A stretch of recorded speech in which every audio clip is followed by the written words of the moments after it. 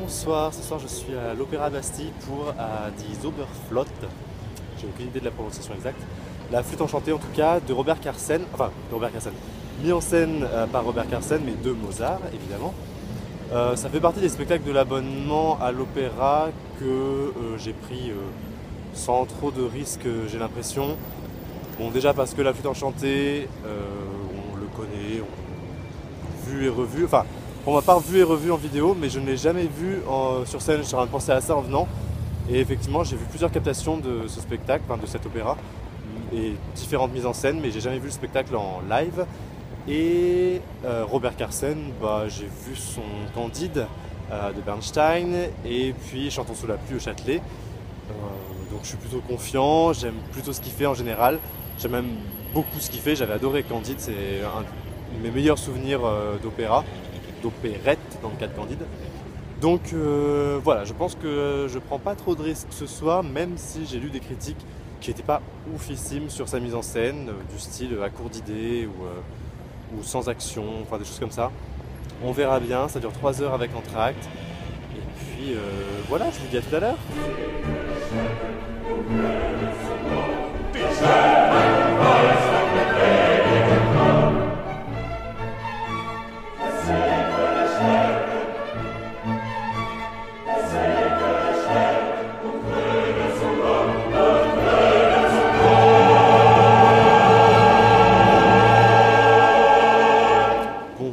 Donc effectivement c'était sans risque, voire pas très audacieux du tout en fait.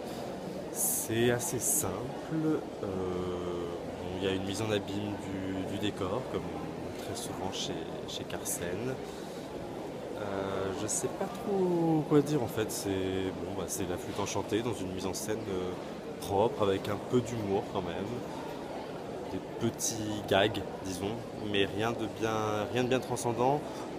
Il n'y a pas un parti pris énorme sur la mise en scène, donc bon, ça passe bien. Voilà, 1h10 de spectacle. C'est quand même assez fou de voir à quel point la salle est vraiment complète. C'est un spectacle qui tourne depuis un petit moment déjà. Il me semble que je l'avais vu dans des programmations il y a un petit temps et c'est toujours complet. Donc je ne sais pas ce qui en fait le succès. Peut-être parce que c'est la flûte enchantée tout simplement et que ça attire quand même pas mal de touristes. Donc bon voilà, on va voir la deuxième partie. De toute façon je pense pas qu'il y aura une transcendance folle au niveau de la mise en scène. Mais j'attends la Reine de la Nuit avec impatience puisque j'adore la Reine de la Nuit.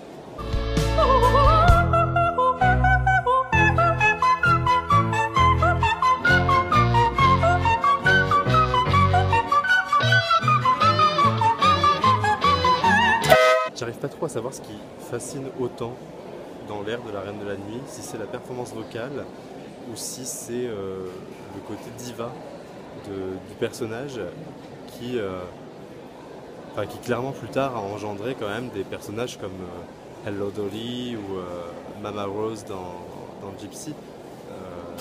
Clairement, j'ai pas d'autres exemples en tête, mais ces deux personnages-là dans des comédies musicales américaines, elles descendent clairement de la Reine de la Nuit, quoi.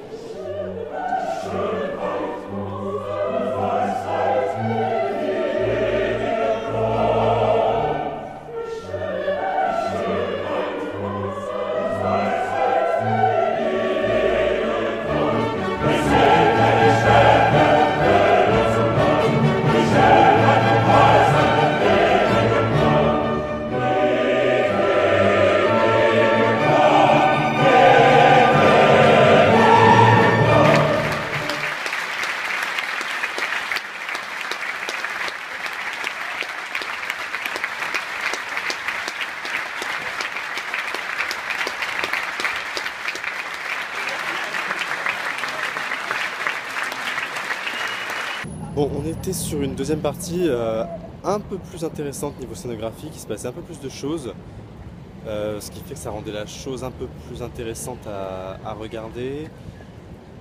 Je trouve que oui, la dichotomie de l'espace est assez bien gérée en fait, c'est assez intéressant même si c'est assez simple.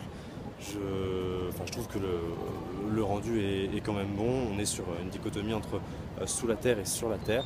Ça marche plutôt bien. En niveau soliste, moi j'ai retenu que le nom de celle qui incarne Pamina, c'est-à-dire Nadine Sierra.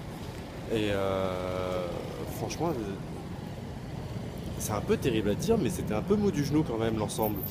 La Reine de la Nuit, bon, voilà. Mais c'est quand même assez terrible. Je pense que ça reste un bon spectacle parce que la deuxième partie relève vraiment le niveau. Après, ça manque cruellement d'énergie. Je pense que c'est peut-être lié aussi à la distribution et le fait que ce soit une reprise de reprise de reprise peut-être. Mais ouais, ça manquait de dynamisme et il y avait un certain ennui quand même souvent. Donc bon, pas super soirée. Voilà, mais demain moi je vais voir Saturday Night Fever, ce qui n'aura rien à voir. Mais c'est chouette de mélanger les genres comme ça. Allez, bonne soirée.